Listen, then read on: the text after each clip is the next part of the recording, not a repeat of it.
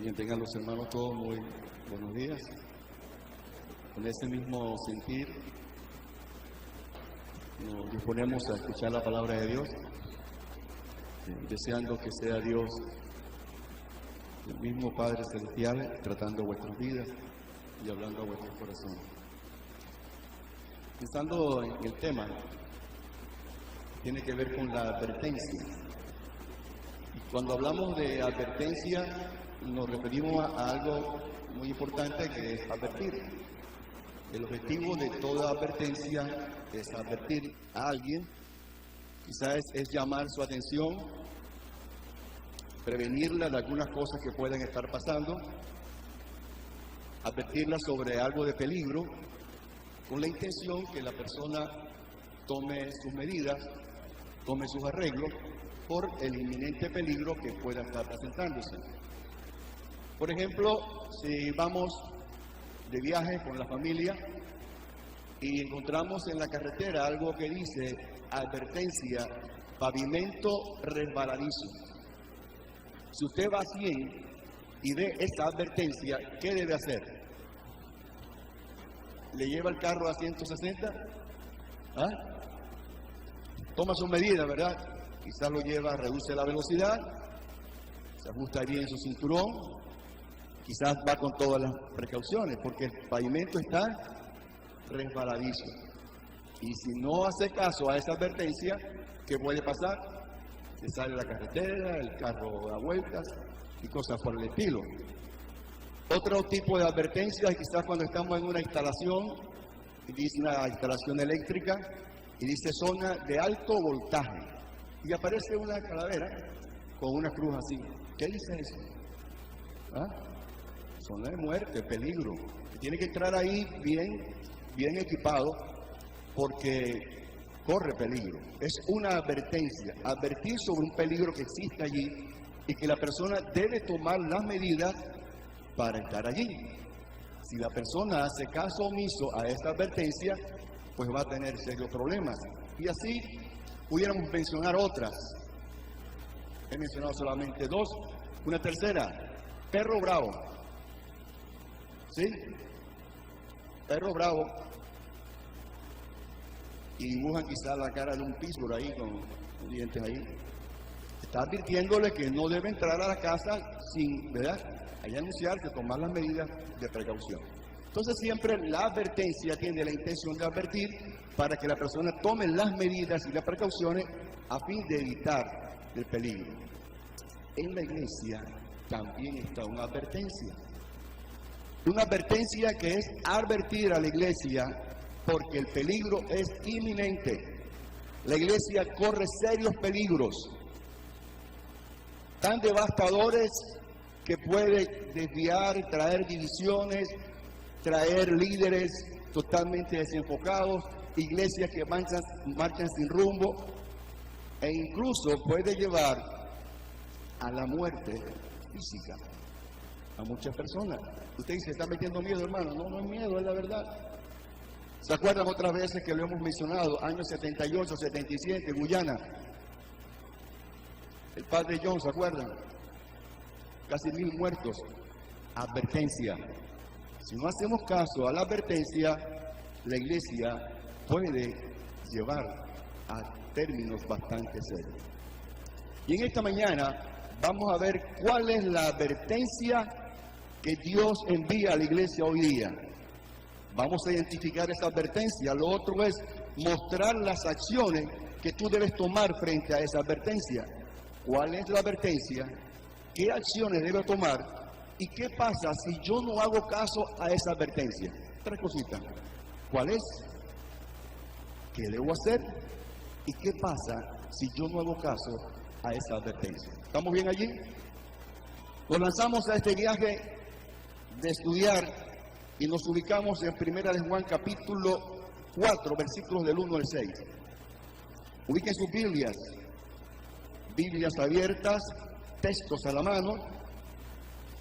1 de Juan capítulo 4, del versículo 1 al versículo 6.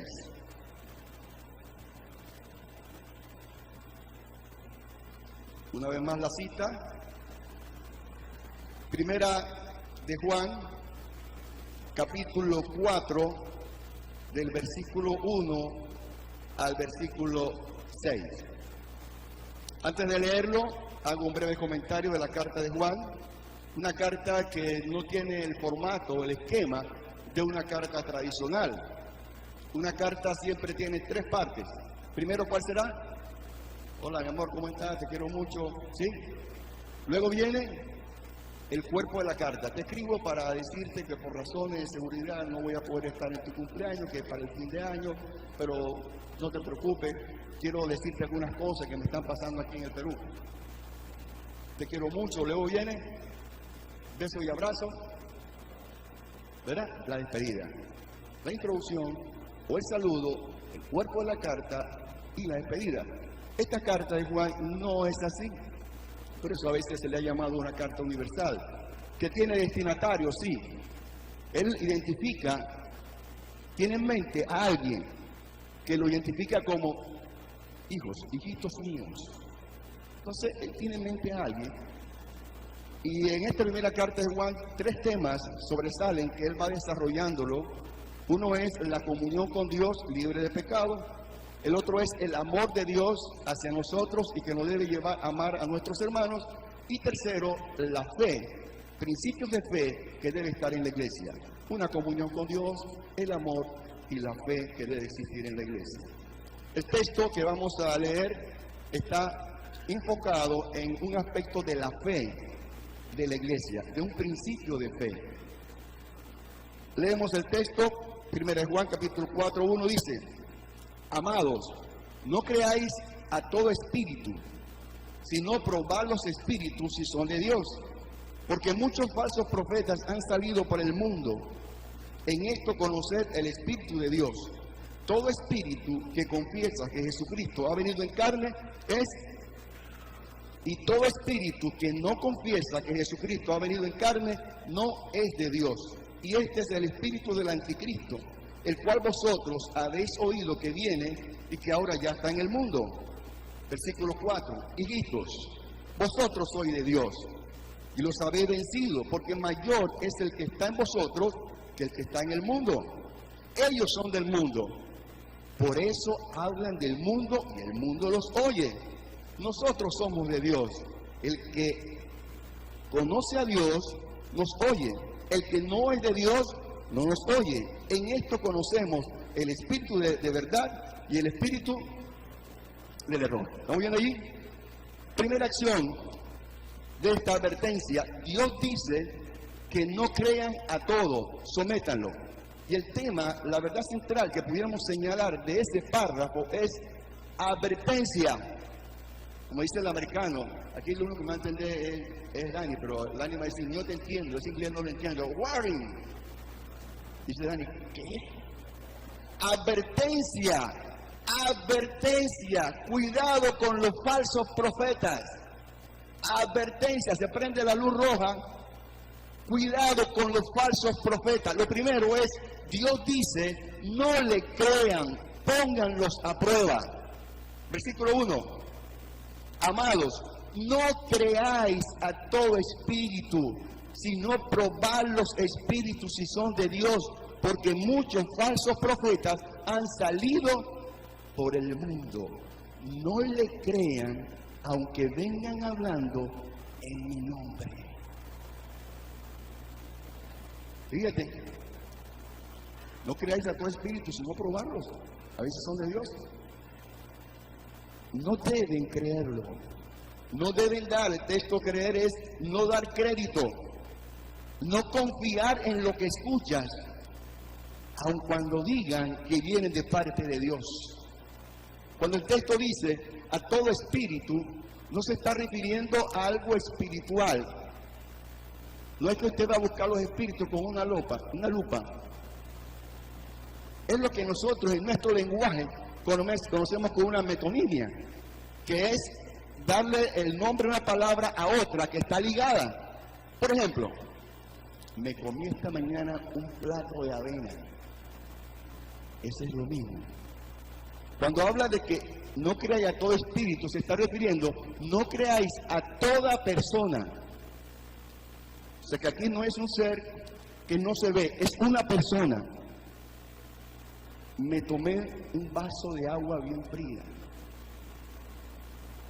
Dame tu teléfono. Eso es figuras que usamos en nuestro lenguaje y es lo que está aquí en el texto. Todo espíritu estar viendo, no crean a toda persona, sino probarlos, pónganlos a prueba, aunque vengan hablando en mi nombre. Hoy día hay una palabra que se usa para indicar a alguien que viene hablando palabra de Dios, es la palabra que se llama rema. Tengo una rema es una palabra de Dios, pero no es el rema que tú puedes obtener de la Biblia. El rema es una palabra de Dios que no ha sido revelada por Dios. Entonces la persona dice, tengo un rema, con eso te está diciendo, tengo una palabra de Dios que no está aquí, sino que el Señor me la mostró en sueño anoche. Y Dios te dice en esta mañana, no le creas, pruébalos. Y el texto probar es examínalos. Como decimos hoy día en criollo, métele la lupa a eso.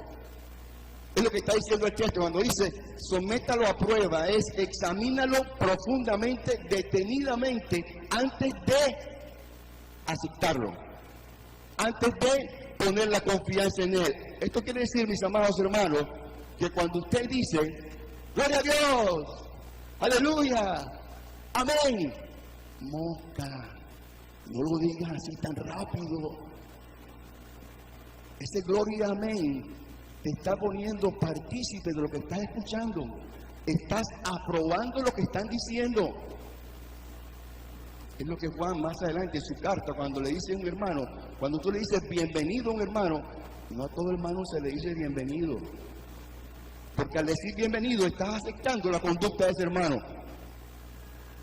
Mosca. Entonces, no le crean aunque venga en mi nombre. Sométanlo a prueba, así como se somete el oro. El oro, material químico de mucho valor, de mucho desprecio. Y para comprar oro, la gente lo muerde, lo saborea, lo pesa, lo somete a un análisis físico, químico, ácido, todo por el estilo. ¿Por qué? Para saber si lo que van a comprar es que, imagínense, es una prenda muy hermosa que le va a regalar a su esposa un día de los 50 años de su aniversario, y se presenta con una cadena. Mi amor, he trabajado mis últimos 15 años para regalarte esta cadena. A los pocos días la cadena se pone negra, con el sudor de la hermanita se pone la cadena negra. Esto fue lo que tú me regalaste después de 50 años. Va a pasar vergüenza, así que tenga cuidado. Entonces, el texto está diciendo, examínalo, no le creas, ponlo a prueba. ¿Por qué? Porque por ahí hay muchos falsos profetas. La palabra falso quiere decir embusteros. Embusteros. Entonces el texto está diciendo, cuando vengan hablando en mi nombre, diciendo que tienen al Espíritu Santo, ponlos a prueba, no lo creas. Y la razón es que por ahí hay falsos profetas. Y estos falsos profetas han existido desde la antigüedad, no es algo nuevo. El profeta Jeremías advierte al pueblo de Israel y le habla sobre los falsos profetas en el capítulo 23. Y Dios les dice a ellos, no quiero que usen mi nombre para traer profecía de Dios. No lo usen. Era tan serio. Si tú tienes sueño, cuenta tu sueño. ¿Por qué tienes que decir que yo te soñé a ti? ¿Por qué? Si tú tienes una palabra que decir, dile que es tuya. ¿Por qué me tienes que meter a mí en eso? Y Dios le dice, el que use diciendo que es palabra de Dios y yo no le mandé, yo voy a arrancarlo del pueblo. Esa es la palabra que usa él, arrancarlo. Jeremías capítulo 23, puede leerlo. Mi palabra es el fuego que consume, martillo que destroza la piedra. Advierte sobre los falsos profetas. Nuestro Señor Jesucristo, hablando como señales del último tiempo, habla también, cuidado de los falsos profetas. Dice el texto, dice nuestro Señor, muchos falsos profetas se levantarán y engañarán a muchos. Antiguo Testamento, nuestro Señor Jesucristo, Pablo les dice cuando a los ancianos de Éfeso, cuando se está despidiendo de ellos, ese célebre momento, cuando Él les dice, porque yo sé que después de mi partida entrarán en medio de vosotros lobos rapaces que no perdonarán el rebaño. Cuando le escribe las cartas pastorales a Timoteo, le dice, hombres engañadores, vanidosos, amadores de sí mismos, doctrina de demonios. Ahí está la carta de 2 Timoteo capítulo 3. Cuidado con los falsos profetas, están presentes, están en medio de ustedes, se hacen pasar como ustedes.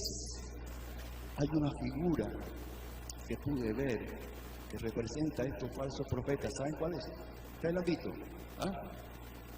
Un hombre bien trajeado, un vestido de, ¿cómo se llama? Christian Dior, de esos que usábamos. Y la cabeza era de lobo, ¿sí? Un hombre bien vestido con cabeza de lobo. Eso era la imagen que representaba a estos hombres. Entonces la advertencia es, iglesia, cuando venga alguien hablando en mi nombre, diciendo que yo les dije algo, mosca, pónganlo a prueba. Pónganlo a prueba, porque por ahí anda rondando falsos profetas, embusteros, engañadores.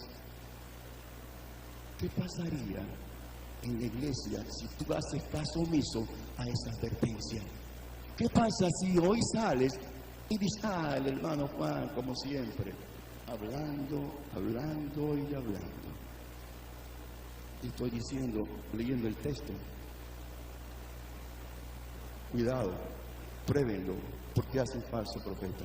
¿Qué pasaría si tú haces caso omiso a esta advertencia?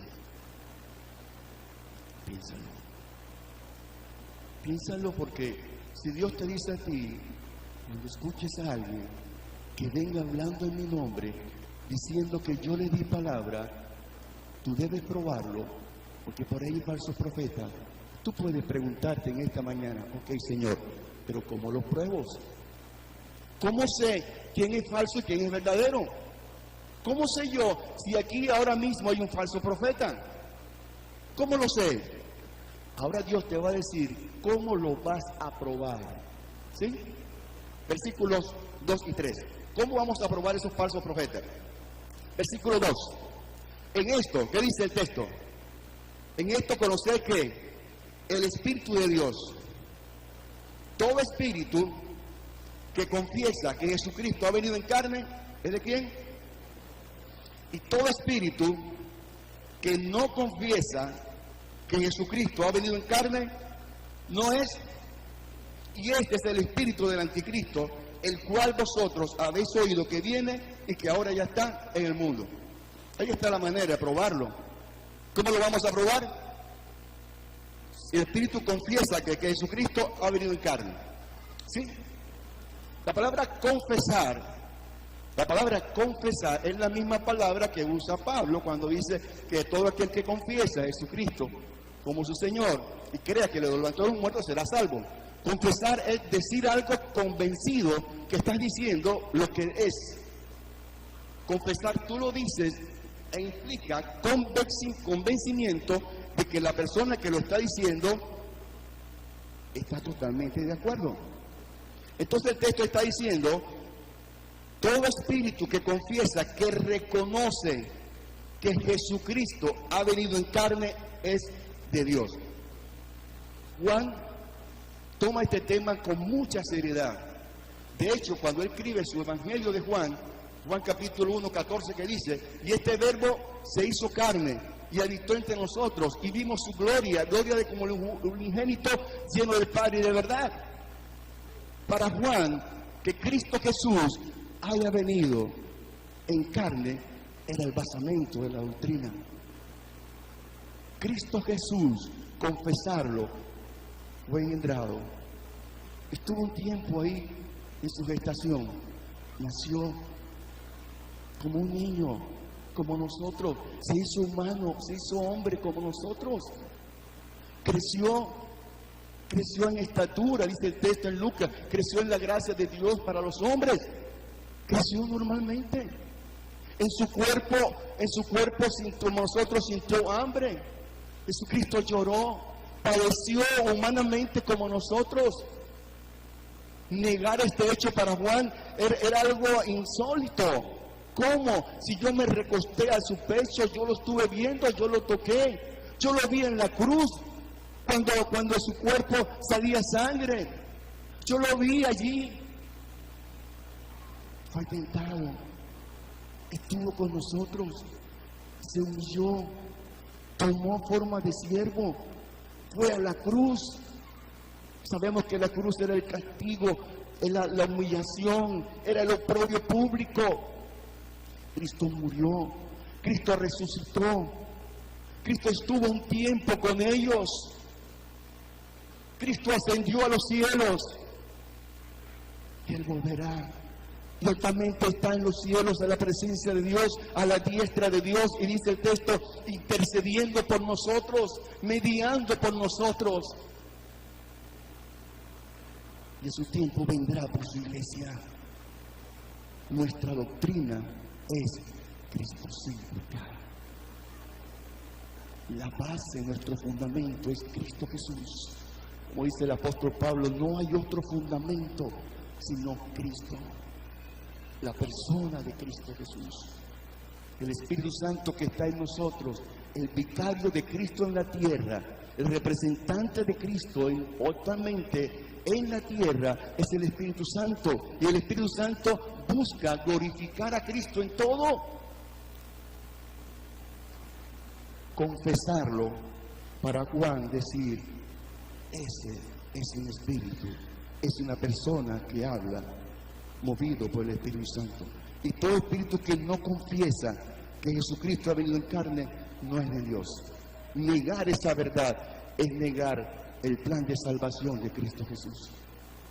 Y esto tenía mucha vigencia en ese tiempo, porque hay una corriente que sostenía que no era posible que un ser divino, santo como Cristo Jesús, estuviese en un vestido de carne y hueso pecaminoso como nosotros. Ellos no concebían eso y negaban ese hecho. Juan dijo, no, Él fue hombre y sufrió. Para Él la verdad totalmente trascendental. Cristo Jesús es la verdad. Cristo Jesús es el centro de la doctrina de la fe cristiana. Es por ello que el apóstol una vez dice, porque en Cristo Jesús fueron creadas todas las cosas, las que están en los cielos, las que están en la tierra, visibles o invisibles, sean dominios, sean principados, sean potestades, todo fue creado por medio de Él y para Él. Es Cristo Jesús el centro de nuestra doctrina. Y el texto termina diciendo, esos son los que yo escribí, que son los anticristos. Anticristo es contra Cristo Jesús. Eso es, que puede significar que está en contra de Cristo en el lugar de Cristo. Uno que asume el papel de Cristo, se opone a Cristo, llevando a Él y tratando a Él de tomar el lugar de Cristo Jesús. Entonces, la manera de probar los espíritus es: confiesas a Cristo Jesús que ha venido en carne. Eso era relevante. No toda persona podrá hacerlo. Unos dirán que sí, pero sus obras desmienten lo que afirman. Tenemos entonces una manera de probarlo. No es algo místico, no es algo espiritual, no es algo de que, no, yo lo sentí. Yo cuando escuché al hermano Pedro o al hermano Isaías, yo sentí un pálpito que no era de Dios. No. Son reales. Eran hombres, personas que se escuchaban, se veían. Eran reales. Entonces, eran fáciles de identificar. Entonces, el segundo aspecto es, si el primero es, no le creas, ponlos a prueba, ¿cómo lo vamos a probar? Mediante la adoración, la confesión de Cristo Jesús, que es el centro de nuestra doctrina. Ahora bien, si nosotros no hacemos caso a esta advertencia, vamos a tener serios problemas. ¿Por qué? Porque al no hacer caso a esta advertencia y sigues afirmando o quizás apoyando lo que estos falsos profetas dicen, te estarás igualando a uno de ellos. Estarás siendo un anticristo, un falso profeta, un ser despreciado por Dios. Esto es asunto de pertenencia. ¿Ustedes pertenecen a Dios? ¿Ustedes pertenecen a Satanás? Es esto lo que plantea Juan en los versículos 4, 5 y 6. Hijitos, vosotros sois de Dios. Fíjense, vosotros sois de quién? De Dios. Pertenecen a Dios. Y los habéis vencido, porque mayor es el que está en vosotros que el que está en el mundo. ¿Y quién está en el mundo? Ustedes pertenecen. ¿Y se acuerdan aquel texto cuando dice que los fuimos comprados por sangre? Lo que vamos a ver en esta mañana. Y nuestros cuerpos son ¿qué? Son templos del Espíritu Santo de Dios, donde mora el Espíritu Santo de Dios. Y nuestros miembros no son de nosotros, dice el texto, sino que fuimos comprados con la sangre de Cristo Jesús. Pertenecemos a Él. Y el texto dice, mayor Dios que está en nosotros que el que está ¿dónde? En el mundo. Es lo que dice el texto. Dice, y los habéis vencido. Otra traducción dice, y los habéis vencido es, ustedes son victoriosos, son ganadores. Así que no tienen por qué temerle, no tienen por qué tenerles miedo. Oye, ¿ese que hay uno falso profeta? Cuidado, me parece que ahí hay uno. No. Mayor es el que está en nosotros. Dice, el Espíritu Santo que está en ustedes, Él guiará toda verdad. No hay nada que les enseñe, Él les enseñará a ustedes. Los habéis vencido, somos victoriosos. Y después dice el versículo 5, ¿ellos son de quién? Del mundo. Por eso hablan del mundo y el mundo los oye. ¿No es lo que pasa? Se trata de explicarle a una persona que es del mundo y ¿qué va a hacer? No te va a entender. Porque en él opera Satanás. Leía el horóscopo, generalmente consulto el horóscopo cuando empieza el año. Horóscopo 2019. El horóscopo 2019 empezaba diciendo, en los diferentes signos zodiacales, según los astros, vas a encontrar amor para toda la vida, muchos bienes, negocios que se te van a dar la venta del pollo, vas a tener muchos pollos que vas a vender, vas a ganar dinero, tus hijos se van a graduar este año, tu esposa te va a hacer caso. Maravilla. Eso para el 2019.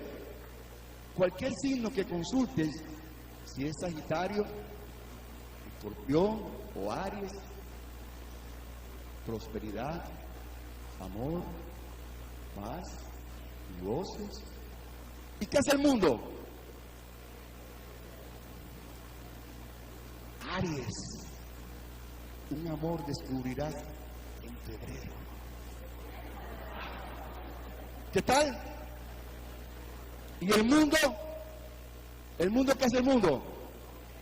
Lo cree. ¿Por qué? Porque ellos son del mundo. No se esfuercen en convencerlos que eso no es así. No pierdan su tiempo. Ellos van a escuchar porque son del mundo. Pero nosotros somos ¿de quién? De Dios. El que conoce a Dios nos oye. El que no es de Dios no nos oye.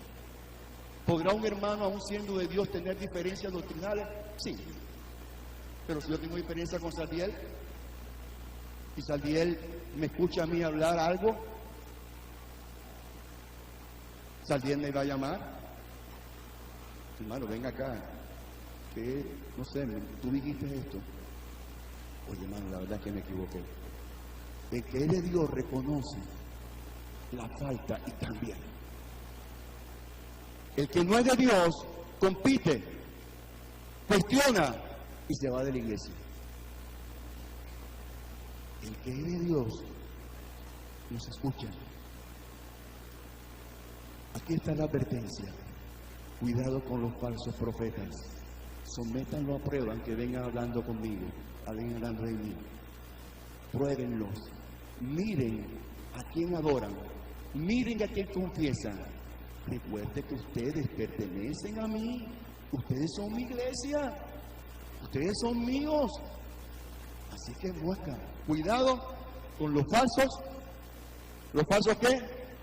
Los falsos profetas. Esa es la advertencia. Hoy día sigue siendo tan vigente. Hoy día la misma advertencia de los falsos profetas en el antiguo, los falsos profetas cuando nuestro Señor Jesucristo estuvo aquí, y los falsos profetas hoy día abundan los apóstoles. ¿Sí? Hoy día abundan los profetas, los iluminados, los adoradores, los que hablaron con Dios anoche, los que tuvieron visiones, los que tienen palabra de Dios. El Señor me mostró anoche. Yo hablé y discutí con el Señor anoche. Y el texto dice, mosca, pruébalos. No te tragues un pedazo de casabe sin todavía ponerle la salidita, ¿verdad? El agüita. Cuando ya el casabe está blandito, ¿qué haces tú? Traga, ¿verdad? Pero tú te tragas un pedazo de casabe seco, ¿alú? ¿Tú te lo tragas seco?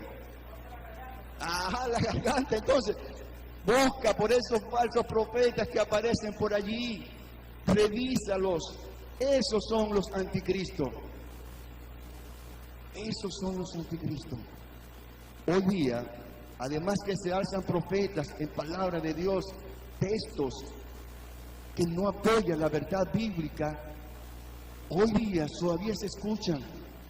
Y he escuchado en algunos de mis hermanos aquí presentes palabras como, yo lo declaro. ¿Sí? Lo declaro, declárate sano. La palabra tiene poder. Si tú dices que vas a enfermarte, te vas a enfermar, porque la palabra tiene poder. Cuidado, te bendigo. Yo te bendigo. ¿Quién eres tú para bendecir? ¿Ah? Lo declaro. ¿Quién eres tú para declarar? La palabra tiene poder. ¿Quién eres tú? Si nosotros, fíjense, si nosotros vemos y examinamos de dónde vienen estas expresiones, yo lo declaro, declárate sano, la palabra tiene poder, cuidado con la palabra que dices, yo te bendigo. Si usted se pone a revisar, estuve revisando de dónde vienen estas expresiones y se remonta del año 1900, siglo XIX, y esto empezó con lo llamado nuevo pensamiento o mente sanadora. Así empezó esto, mente positiva. Ellos tenían una expresión que decía, no hay fuerza más grande sobre la tierra que la voluntad de Dios. Esos son los pensamientos de ellos, humanistas, totalmente. Siglo XIX. Luego viene y le dan la vuelta un poquito y lo presentan como lo llamado el Evangelio de la Prosperidad. De ahí viene el Evangelio de la Prosperidad, que es estos pensamientos humanistas traídos a la iglesia. Tú eres hijo del rey, linaje escogido por Dios. Tú vas a tener bienes. Llegarás al Evangelio y tendrás yate. Y todo lo que pisa el terreno. Y allí todo lo que pise será tuyo. De ahí vienen ellos. Declara lo que es tuyo. Esta gente negaba la Biblia. De ahí nace esto. Esta gente negaba a Dios. Traen el Evangelio de la Prosperidad, lo presentan como lo mejor que hay en el mundo. Cristo es el Rey, tú eres hijo del Rey, tú eres Dios, Dios Junior, Dios Junior. Porque el texto dice que Dios creó a hombre y a mujer conforme a la imagen de Dios, entonces somos Dios también. De ahí viene toda esta corriente. Y no solamente con esto, Más adelante lo toma un hombre que se llama Joel Osteen. Joel Osteen escribe su libro Yo lo declaro, 31 promesas. Y dice algunas páginas de él que tú puedes hacer ejercicios diarios en el espejo.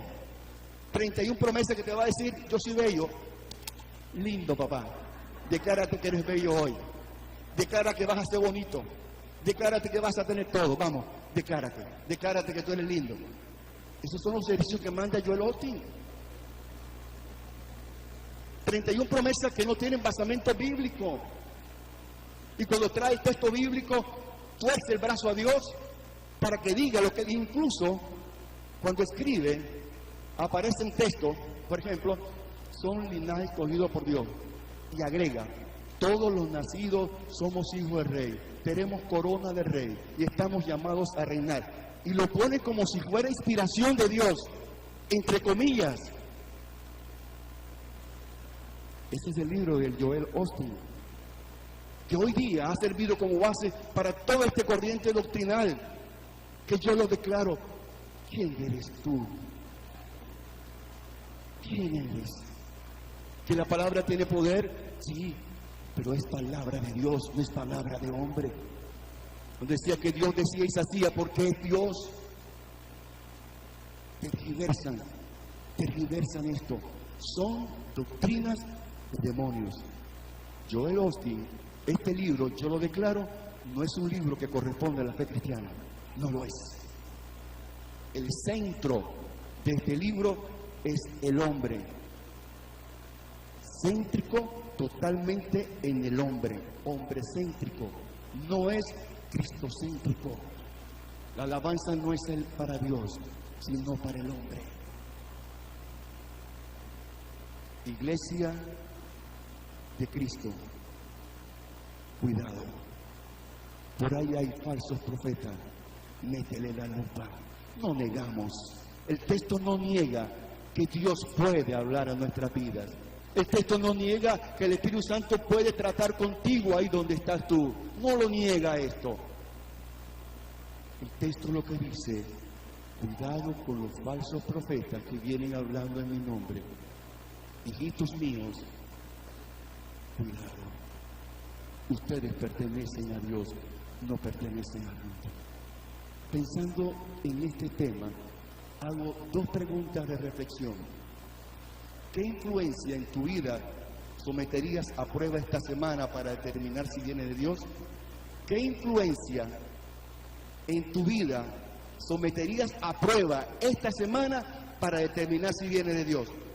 ¿Películas? ¿Música?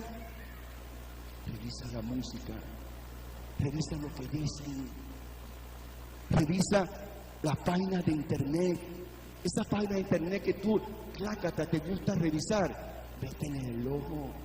Esos predicadores de canal televisivo que salen por ahí tumbando a la gente y haciendo cosas espectaculares, ¿será eso lo que tienes que revisar en la semana? ¿Será la música que escuchas? ¿Será las amistades que tienes? Revísalos. ¿Serán otra cosa? Y la siguiente pregunta que quiero dejar contigo en esta mañana es: ¿de qué falso profeta necesita usted cuidarse en esta semana? ¿De qué falso profeta necesita cuidarse en esta semana? Quisiera dejar estas dos preguntas en tu mente, en tu corazón. Cristo Jesús ve a la iglesia como ese rebaño de ovejas que necesita ser cuidada, cuyas aguas tranquilas necesita beber, cuyas aguas tranquilas necesita beber.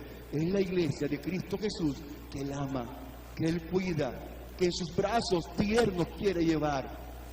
Es por ello que en esta mañana, amada iglesia, la voz de Dios es: ovejas de mi prado, tengan cuidado, no crean a todo, revísenlo. Ustedes pertenecen a mí, yo los amo mucho. La palabra de Dios puede encontrar asidero en tu corazón. Vamos a orar.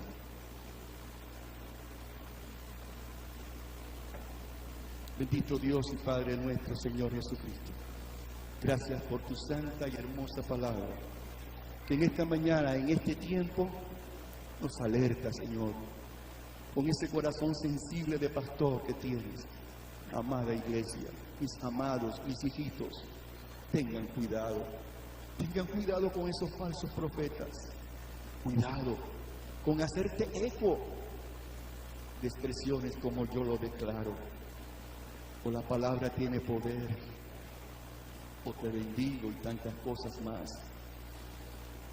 Que nosotros, oh Dios, sintamos profunda preocupación por cuidarnos, porque el centro de nuestra vida es Cristo Jesús. Al único que adoramos es a nuestro Señor.